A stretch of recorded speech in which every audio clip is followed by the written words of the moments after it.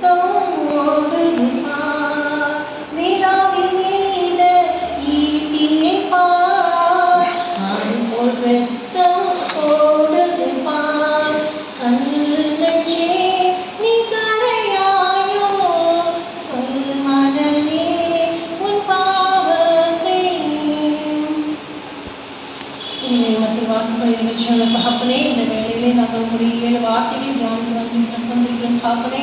அப்பா, அந்த நேரத்திலும் அப்பா ஆவியானவர் தாமே எங்களோடு கூட இருந்து எங்களோடு கூட உங்களுடைய 7 வார்த்தைகள் மூலமாக பேசுவதற்காக நன்றி.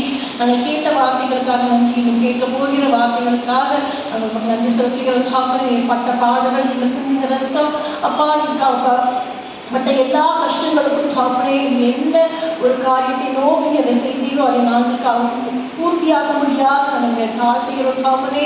இந்த வேளையில் நாங்கள் தியானிக்க போகிற வார்த்தைகள் தாமே ஆகியனவர் தாமே எங்களோடு இடைப்படுமாறு நாங்கள் உங்களுக்கு தாழ்த்தி கெஞ்சி கேட்கிறோம். மீட்பர் மூலம் ஜெபிக்கிறோம் நல்ல பிதாவே, ஆமென். 7வது வார்த்தை, கடைசி வார்த்தை நம்ம தியானிக்க போகிறோம். இயேசு, பிதாவே உடைய கைகளில் என் ஆவியை ஒப்புவிக்கிறேன் என்று மகா சத்தமாய் கூப்பிட்டு சொன்னார். இப்படி சொல்லி ஜீவனை விட்டார். இது லூக்கா சாப்டர் 23 verses 46 இருக்கு. இதே வசனம் வந்துட்டு நமக்கு மேத்யூவில் இருக்கு, மார்க்கில் இருக்கு, யோவான்ல இருக்கு. ஆனால் வந்துட்டு மத்தேயுல எப்படி இருக்கு அப்படின்னா ஆவியை விட்டார் அப்படின்னு சிம்பிளா இருக்கு. மார்க் எப்படி எழுதியிருக்காங்க அப்படின்னா ஜீவனை விட்டார் அப்படின்றது. Matthew 27:50, Mark 15:27, John 19:30 எப்படி இருக்கு அப்படின்னா ஆவியை ஒப்பு கொடுத்தார் அப்படின்றது.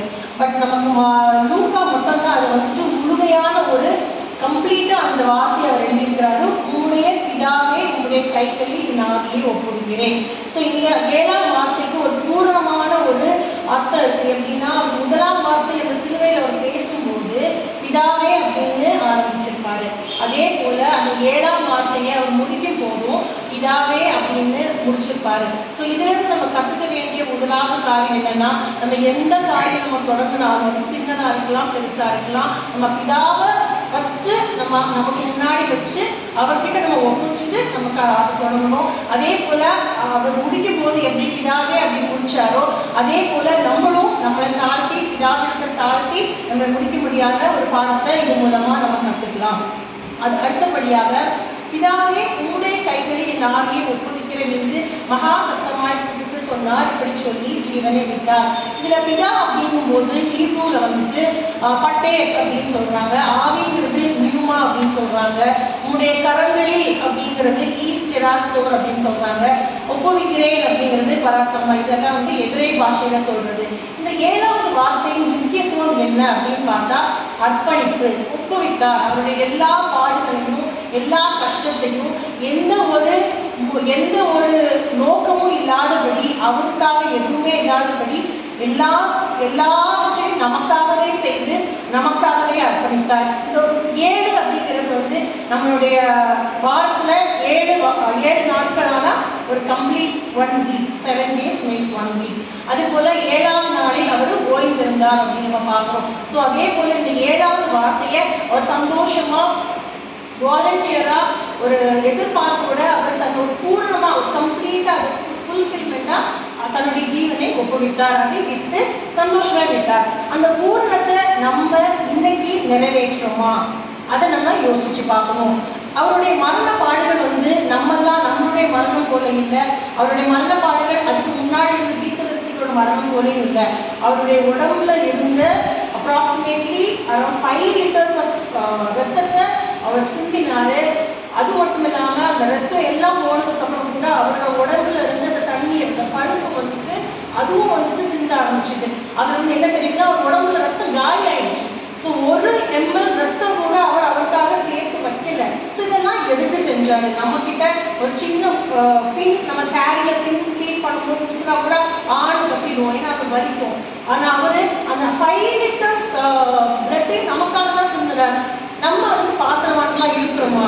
இன்னைக்கு நம்ம அவருக்காக என்ன செஞ்சுருக்கிறோம்? ஒவ்வொரு வருஷமும் குருத்தோலை ஞாயிறு வருது. ஒவ்வொரு வருஷமும் பாடுகளாக குறித்து நம்ம தியானிக்கிறோம், பேசுகிறாங்க. சில பேர் தூங்கி இருப்பாங்க அந்த 7 words டைமில். மணி ஆராதனை, சில பேர் கேட்பாங்க, நோட்ஸ் எடுத்துப்பாங்க, என்ன உள்பட. ஓகேவா? எல்லாமே நம்ம எவ்ரி இயர் 40 வருஷம் ஆகுதுன்னா கிட்டத்தட்ட 38 வருஷம் நம்ம வந்துட்டு சர்ச்சுக்கு போகிறோம், கேட்குறோம், வாங்குறோம், நோட்ஸ் எடுக்கிறோம், திருப்பி அடுத்த வருஷம் வருது. டில் ஆர் டெத், மரணம் அப்படிங்கிறது ஒன்று வரது வரைக்கும் நம்ம இதை திருப்பி திருப்பி திருப்பி திருப்பி கேட்டுட்டு இருக்கிறோம். அப்போ நம்ம ஃபாலோ பண்ணுறோமா? அதுக்காக நம்ம என்ன பண்ணுறோம்? எந்த நோக்கமே இல்லாமல் ஒரு கொடுத்த ரத்தத்துக்கு நம்ம ஈடாக என்ன கொடுத்துருவோம்? அந்த அர்ப்பணிப்புக்கு நம்ம என்ன கொடுத்துருக்குறோம்? என்னை கண்டவன் பிதாவை கண்டடைகிறான் அப்படின்னு யோவான் 14:12 சொல்றது. அந்த 7வது வார்த்தையில் ஒரு பிதா அப்படின்னு சொன்ன அந்த வார்த்தை வந்துச்சு யோவான் 14:15-16, அதாவது ரட்சிப்பை குறித்து அவர் நமக்கு யோவான் 14:15-16 குறிக்கப்பட்டிருக்கு. அந்த 3 அதிகாரத்தில் மட்டுமே 47 முறை அந்த பிதா அப்படிங்கிற வார்த்தையை அவர் உபயோகப்படுத்தியிருக்கிறார். அது மட்டும் இல்லாமல் மலை பிரசங்கம், நம்ம எல்லாருக்கும் தெரிஞ்ச மலை பிரசங்கம், அந்த மலை பிரசங்கத்தில் Matthew 5:6-7 மட்டுமே இந்த பிதா அப்படிங்கிற வார்த்தை 17 டைம்ஸ் சொல்லப்பட்டிருக்கு.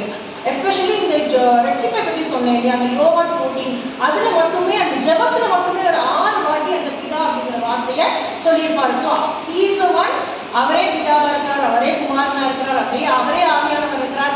ஆனால் கூட அவர் வந்து பிதா கிட்ட தன்னை தாழ்த்தினார், பிதா கிட்ட தன்னை ஒப்புவித்தார், பிதாவை நோக்கி இந்த பாடி என்னால் சகிக்க முடியல, உம்சத்தபடி நடக்கணும்னு சொல்லி தன்னை தாழ்த்தினார். ஸோ அவருடைய ஊழிய பாதை 33 ஆண்டுகளில் வெறும் ஜஸ்ட் 3.5 இயர்ஸ் அந்த ஊழிய பாதையை அவர் வந்து நடத்தியிருக்கிறார். அந்த 3 ஆண்டுகள் ஒரு பூரணமான பாதை.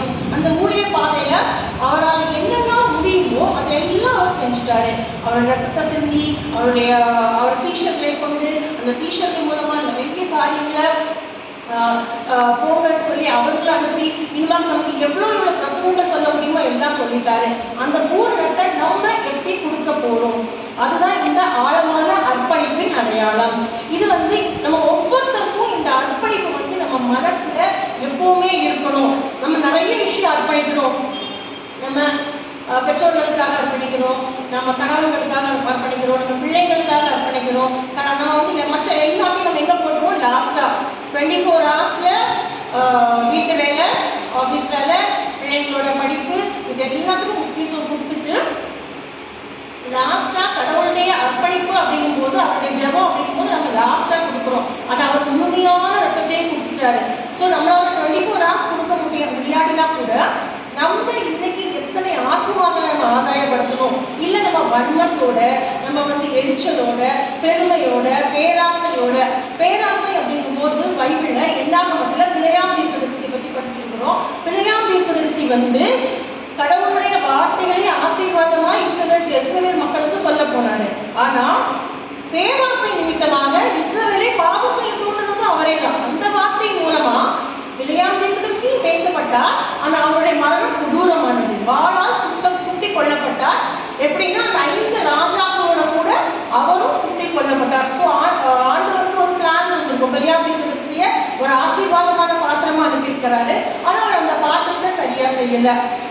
அந்த பாத்திரமா நாம இல்லாதபடிக்கு எப்படி இயேசு கிறிஸ்து நமக்காக அந்த பாத்திரத்தை முழுமையா ஒரு பூரணமா முடித்தாரோ, எப்படி பூரணமா முடித்தார் அப்படின்னு பார்க்கும்போது, முதலாவது அவர் என்ன பண்ணாரு?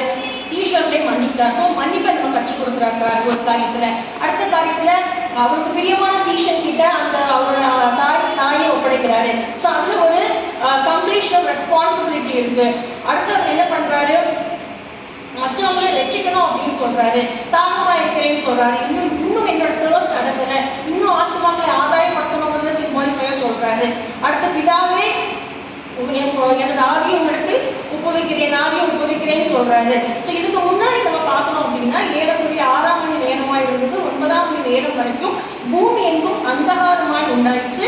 சூரியன் இருளடைந்தது. தேவாலய திரைச்சீலின் நடுவில் 2ஆக பிரிந்தது. அப்புறம் மறுபடி இந்த 2 காரியங்கள் மூலமாக, திரைச்சீலை 2ஆக பிளந்தது மூலமாக என்ன நடந்துச்சு அப்படின்னா, ஆசாரிய முறைகள் மாற்றப்பட்டது, தேவாலயத்தின் முறைகள் மாற்றப்பட்டது. அந்த முறைகள் இன்னைக்கும் இருந்திருந்து அப்படின்னா நம்மளால இன்னைக்கு இந்த இடத்துல நின்று பேசியிருக்க முடியாது. தேவாலயத்துல முக்கியமா பெண்களுக்கு இந்த இடம் கொடுக்கப்பட்டிருக்காது. ஸோ எவ்வளவோ காரியங்கள் அவருடைய மரணத்தின் மூலமாக நடந்தது.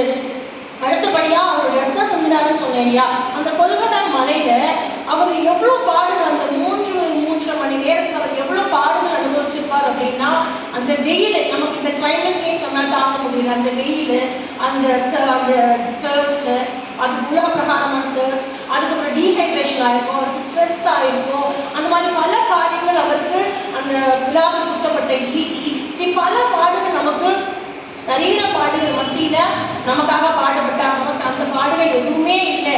ஸோ இன்னைக்கு நம்மளை நாமே ஆராய்ந்து பார்ப்போம். நம்ம இந்த வார்த்தைகள் கேட்ப அவருக்கான ஒரு காரியத்தை நம்ம செய்கிறோமா?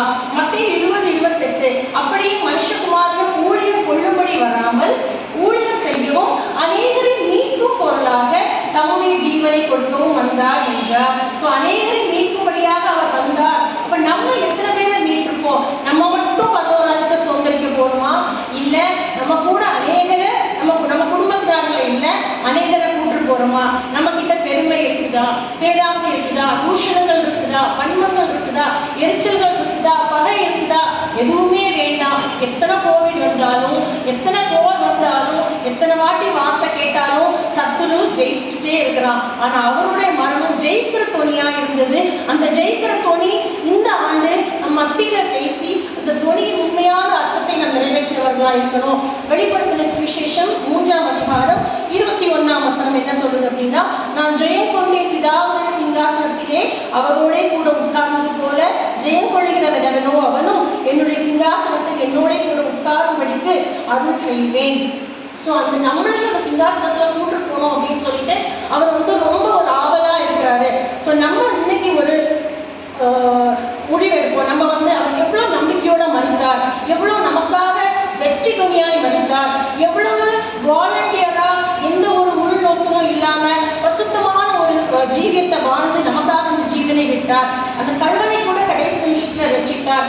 அவருடைய மரணம் எந்த மாதிரியான பூரணமான வாழ்க்கையை நமக்கு கற்றுக் கொடுத்திருக்கு. இன்னைக்கு நாளைக்கு நம்ம எத்தனை ஆத்துமாக்கள் நம்ம கொண்டு போறோம்? இந்த நிலையில்லாத ஒரு உலகத்துல, நிலையில்லாத ஒரு அழிவான ஒரு உலகத்துல நமக்கிட்ட எந்த வன்மத்தையும் அவர் வைக்க சொல்லல, எந்த ஒரு பெருமையை வைக்க சொல்லல. இந்த உலக பிரகாரமான அசுத்தங்கள், விபச்சாரங்கள், வேசித்தனங்கள், போய் பகைகள் எதுவுமே வைக்க சொல்லல.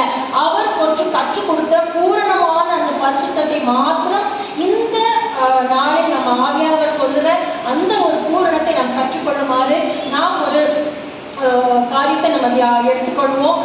கண்களை தாழ்த்துவோம். ஆண்டவரே அப்பா, இந்த 7 வார்த்தைகளை நம்ம கற்றுக்கொண்டது போல தகப்பனே, உங்களுடைய பரிசுத்தத்தின் மூலமாக, உங்களுடைய ரத்தத்தின் மூலமாக நாங்கள் பரிசுத்தமாக்கப்பட்டிருக்கிறோம் தகப்பனே. ஆமாப்பா, உங்களுடைய ரட்சிப்பை நாங்கள் அடைந்திருக்கிறோம். அந்த ரட்சிப்பை அடைந்தோம் என்று இல்லாதபடிக்கு தகப்பனே, எங்களை இன்னும் இன்னுமாக நாங்கள் பரிசோதித்து இன்னும் இன்னுமாக நாங்கள் தகப்பனே எங்களை மேன்மைப்படுத்தாதபடிக்கு உங்களுடைய வசனங்களை நாங்கள் எங்கள் ஆவி ஆத்மா சரீரம் என்று முழுமையாக எங்கள் மேன்மையானதை உம்முடைய ஒப்புவிக்கிற பிள்ளைகளாக, எங்கள் உங்களுடைய 7 வார்த்தைகளை எங்கள் வாழ்க்கையிலே நாங்கள் பின்பற்றுகிறவர்களாக, உங்களுடைய பின்பங்களாக நாங்கள் இருக்கும்படியாக எங்களை நாங்கள் ஒப்புவிக்கிறோம் தகப்பனே. இதாவே எங்கள் விண்ணப்பங்களை ஏற்றுக்கொள்ளுங்க. அடுத்து நாங்கள் வருகிற இந்த பாடுகளின் நாட்களிலே தகப்பனே அப்பா, உங்களுடைய வார்த்தைகள் எங்கள் வாழ்க்கையை பின்பற்றி அநேக ஆத்மாக்கள் உங்களுடைய ராஜ்யத்திலே, உங்களுடைய சிங்காசனத்திலே கூட்டி சேர்ப்போம் என்று நாங்கள் விசுவாசத்தினாலே உங்களுடைய கரத்திலே எங்கள் ஜெபத்தை வைக்கிறோம் தகப்பனே. எல்லா கிருபையும் உங்களுக்கே சமர்ப்பிக்கிறோம். நீங்கள் மகிமையை செலுத்தி ஜெபிக்கிறோம்.